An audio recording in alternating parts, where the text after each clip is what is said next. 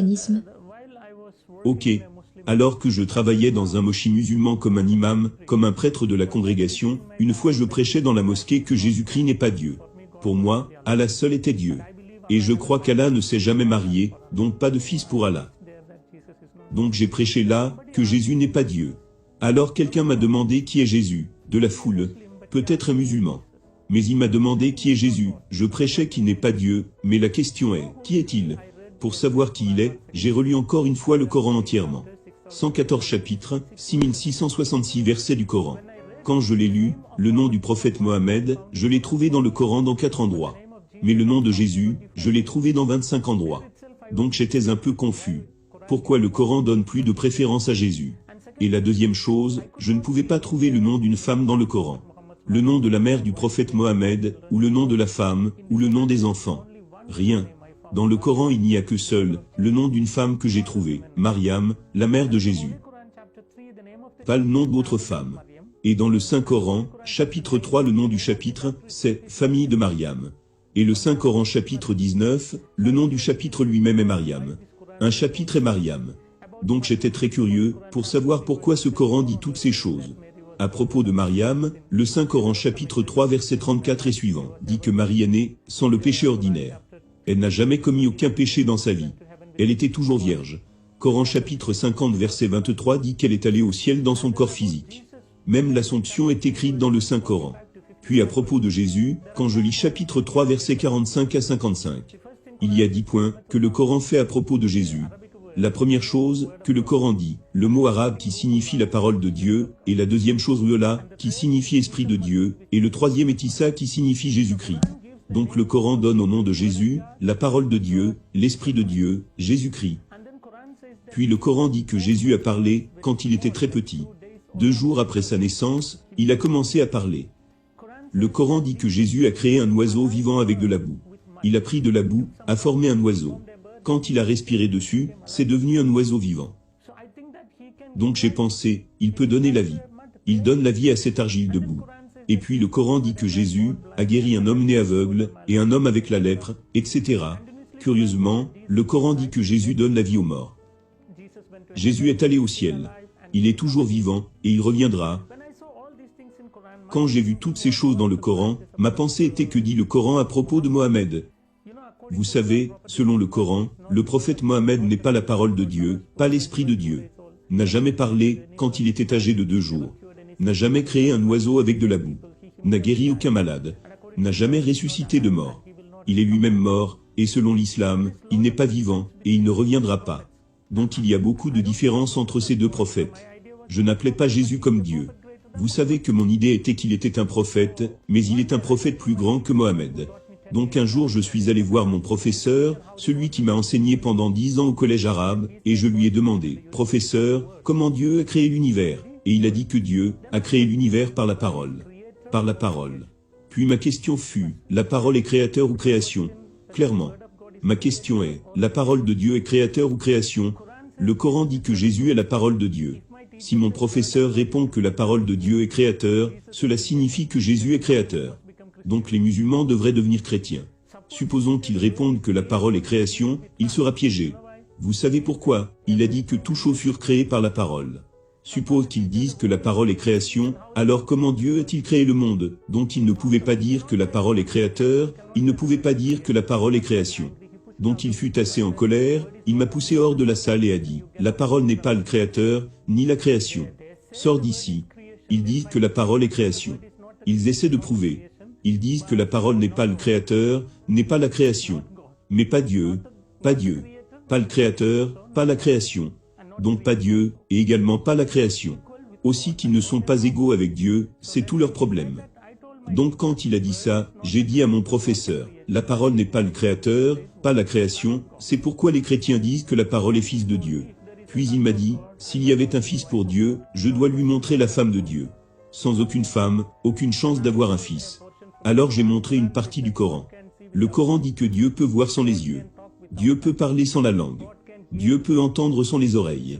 C'est écrit dans le Coran, j'ai dit, si c'est le cas, il peut avoir un fils sans une femme. Donc là nous avons une énorme argumentation. J'ai pris mon Coran, je l'ai gardé sur ma poitrine, et j'ai dit, Allah, dis-moi ce que je devrais faire, parce que ton Coran dit que Jésus est toujours vivant, et que Mohammed n'est plus. Dis-moi qui devrais-je accepter? Après ma prière, j'ai ouvert le Coran. Quand j'ai ouvert le Coran, j'ai vu le chapitre 10, verset 94.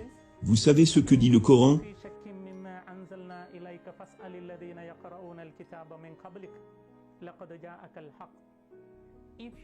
Si tu as un quelconque doute dans ce Coran que je vous ai donné, va et lis la Bible.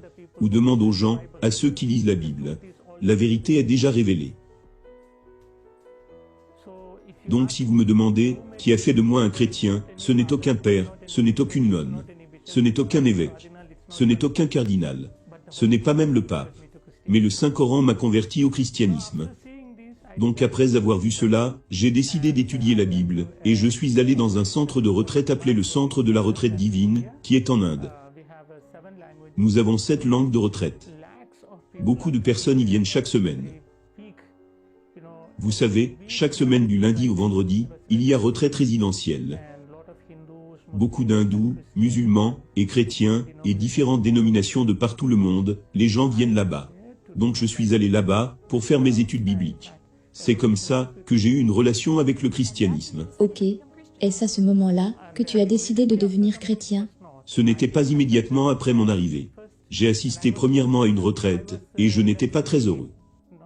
J'avais moins de 19 ans, pas encore.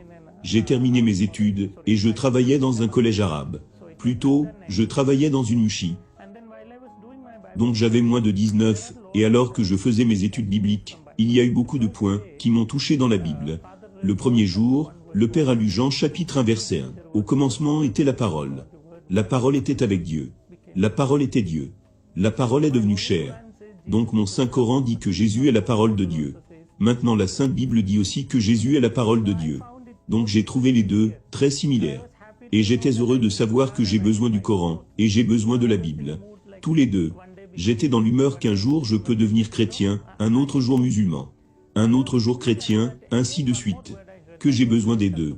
Pendant que j'y pensais, une autre parole que j'ai entendue c'était Jean chapitre 1 verset 12. C'était une telle parole d'amour pour moi. Parce qu'il est écrit dans la Bible, que si une personne accepte Jésus, Jésus lui donnera le pouvoir de devenir enfant de Dieu. Vous savez dans tous les versets du Coran, Allah appelle les êtres humains, esclaves, et Allah est le maître.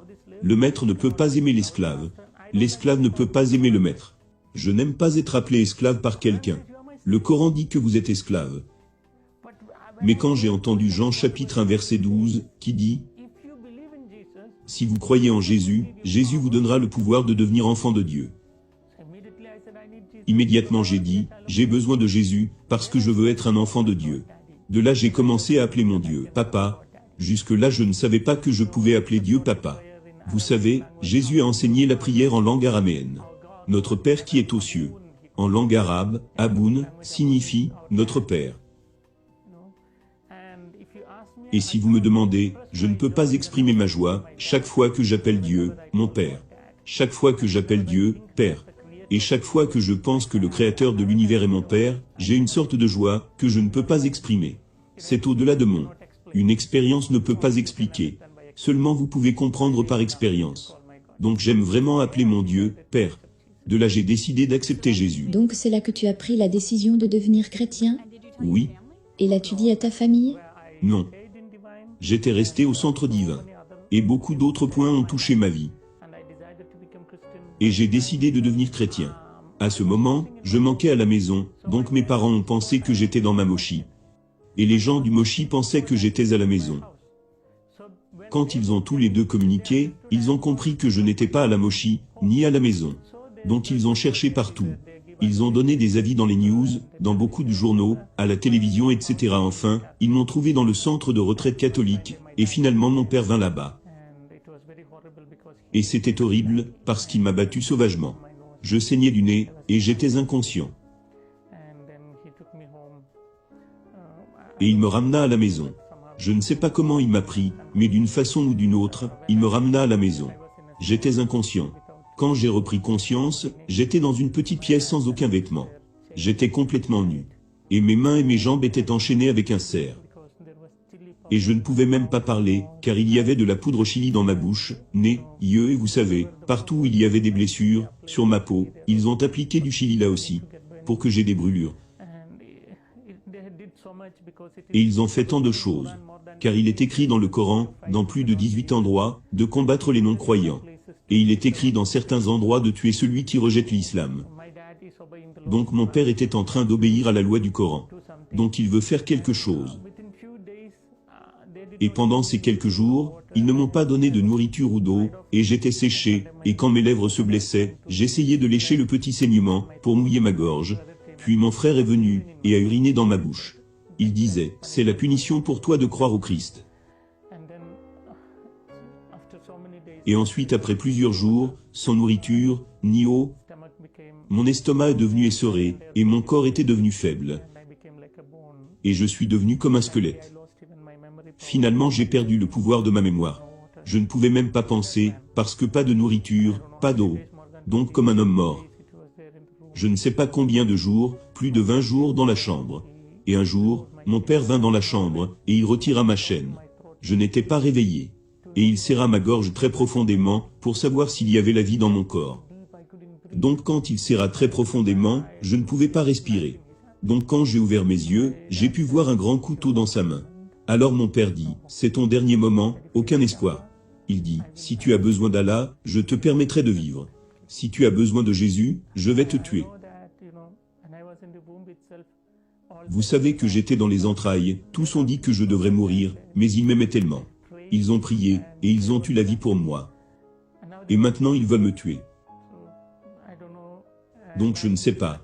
Je connais très bien mon père, il allait me tuer.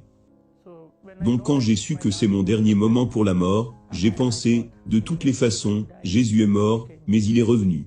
Si je crois en Jésus et que je meurs, moi aussi, j'aurai ma vie. Vous savez, une sorte de joie. Il est mieux de mourir en Jésus. Quand j'ai décidé, soudainement une lumière tomba sur mon front. Une lumière, quelque chose tomba sur moi. Et il y eut comme une sorte de choc électrique, traversant toutes mes veines. J'étais tellement énergique, vous savez, à partir de quelque part, un flux énergétique vint dans mon corps. Et je ne pouvais pas me contrôler moi-même. Il y avait plein d'énergie dans mes os. J'ai retiré la main de mon père. Et j'ai crié, Jésus. Quand j'ai crié, mon père est tombé sur le sol. Quand il est tombé, avec le couteau qu'il tenait, il y eut une grosse blessure sur sa poitrine. Et il y avait des saignements, et une sorte de mucus sortait de sa bouche, et il criait. Et eux tous étaient dans le choc, mes frères et ma mère, mes sœurs. Ils ne savaient pas ce qui se passait. Donc ils pensaient que mon père était déjà mort. Donc ils ont pris mon père, et ont couru à l'hôpital. Quand ils couraient à l'hôpital, ils ont oublié de verrouiller la chambre de l'extérieur. Et j'étais dans une énergie que je ne peux pas vous expliquer, parce que j'étais squelettique, sans nourriture durant plusieurs jours, plus de 20 jours, squelettique mais très énergique. Donc je suis sorti et mis les habits de mon père, j'ai couru pour un taxi, pris un taxi, directement pour aller de là. Sur le chemin, le taximan était un chrétien. Donc il m'acheta des bonbons, des jus et toutes ces choses. Il connaît mes luttes, et il m'emmena à Pota. Et il me contacte même jusqu'à présent. Il est très bon ami à moi, le chauffeur de taxi. Donc je suis allé de nouveau à Pota. Depuis ce jour-là, j'ai réellement compris que mon Jésus est vivant, même actuellement. Quand je l'appelle pour mes besoins. Il m'a sauvé. Ce qui signifie qu'il est présent ici même, alors que je vous parle. Donc c'est ma vie. Partout, je sais qu'il est présent. Car maintenant après ma conversion, il y a 18 ans, je n'ai jamais pensé que les musulmans me permettraient de vivre 18 ans. Et j'ai même prêché au Moyen-Orient, où les Arabes sont venus, rien ne s'est passé. Donc ce qui veut dire que mon Jésus est vivant, et il me protège. Mario, est-ce que ta vie est en danger? Est-ce que les gens essaient de te tuer? Oui. Même après cette expérience, tant de fois ils ont essayé de me tuer. Et à la fin, mes parents, vous savez, ils ont fait une cérémonie funèbre simulée. Vous savez ce que c'est comme un reniement, un rejet. Vous savez ce qu'ils ont fait? Ils ont fait ma statue, et l'ont enterrée dans une tombe. Et ils ont écrit ma date de naissance, et la date de ma mort. Ils ont écrit ma date de naissance originale, mais le jour de ma mort, le jour où je suis devenu chrétien. Quand j'ai pris le baptême. Donc c'est ce jour-là pour eux. Et ils m'ont enterré. Dans ma ville natale, j'ai ma propre tombe. Un de mes amis, un ami chrétien quand il est passé par là, il a pris la photo de cette tombe, et me l'a envoyée. C'est comme ça, que j'ai su que j'ai une tombe. Donc après ça, plus de contact avec mes sœurs que j'aime beaucoup. Ma mère que j'aime vraiment. Mais aucun espoir. Humainement, je dis aucun espoir, mais Dieu peut les toucher en un moment. Donc je prie. Et même s'ils n'acceptent pas le christianisme, je dis toujours que Jésus, s'il te plaît, emmène-les au ciel. Où je suis, j'ai besoin d'eux, donc c'est toujours ma prière. Et tu n'as pas peur de mourir? Jamais. Jamais. Tu ne dois pas l'être non plus. La peur de la mort est en fait une folie. Vous savez pourquoi? Tous ceux qui sont nés devraient mourir un jour. 100%. Nous devons tous mourir. Tu dois mourir. Nous devons tous mourir. Que vous ayez peur, ou n'ayez pas peur, vous devez tous mourir. C'est un fait. Et je dirais que c'est la seule assurance que vous atteindrez sur terre. Mais Christ qui est mort, est revenu. Donc j'ai espoir que si je meurs en Christ, moi aussi je vais revenir. Donc il vaut mieux être sûr de la mort, et qui devrait être en Christ, parce que Jésus a dit très clairement que je vais à la maison de mon Père. Romains, plutôt Jean chapitre 14 verset 3. Je vais à la maison de mon Père. Il y a beaucoup de demeures, et je vais préparer une pour toi. Et je reviendrai pour vous prendre. Donc je suis tellement heureux de savoir que mon Jésus est en train d'arranger un grand bungalow pour moi là-bas. Quand il aura fini, il reviendra pour me prendre. Je pense que c'est un grand bungalow, parce que durant les 18 années passées, les musulmans ont essayé de me tuer, mais ils ne pouvaient pas me tuer. Ce qui signifie que la construction est toujours en cours. Quand ce sera prêt, alors il reviendra pour me prendre. Alors les musulmans pourront me tuer. Jusque-là personne ne pourra. Donc je n'ai pas peur de la mort, parce que c'est un fait. La seule chose auquel je pense, après ma mort, quoi, avoir la vie éternelle. Vous avez besoin de Jésus. Ma foi est que chaque religion dit, le bloc entre Dieu et l'homme est le péché. Et dans l'islam, pour le péché, ils offrent des animaux. Pour leur péché, ils sacrifient des animaux. Dans l'hindouisme, c'est la réincarnation, puis la réincarnation. Seulement dans le christianisme, Jésus lui-même a pris mon péché et ma punition, et il a enlevé ce péché de moi et il m'a rendu pur. Et il peut me livrer à Dieu le Père en disant, il est pur. Je l'ai purifié. J'ai enlevé toutes ses transgressions, et sa punition et ses péchés. Donc maintenant vous pouvez l'emmener au ciel. Donc Jésus est mon sauveur, il est un homme parfait, parce que je suis un homme, mon sauveur devrait être un homme. Et il est parfait pour Dieu, parce que j'ai besoin de la vie éternelle, uniquement Dieu peut donner la vie éternelle. C'est très simple de vous le dire, les conséquences du péché, c'est la mort. Les conséquences du péché sont la mort. Donc pour enlever la mort, ce que vous devez faire. Pour enlever l'obscurité, vous devez apporter la lumière. De la même manière, pour enlever la mort, vous devez apporter la vie. Quelle vie? Dans l'Ancien Testament, il donnait la vie des animaux, parce qu'ils croyaient en la vie dans le sang, et le sang animal. Et les musulmans font encore cela. Mais pour enlever ma mort, j'ai besoin de la vie éternelle, et où je peux obtenir la vie éternelle, seulement de Dieu, et cela est donné par Jésus à la croix.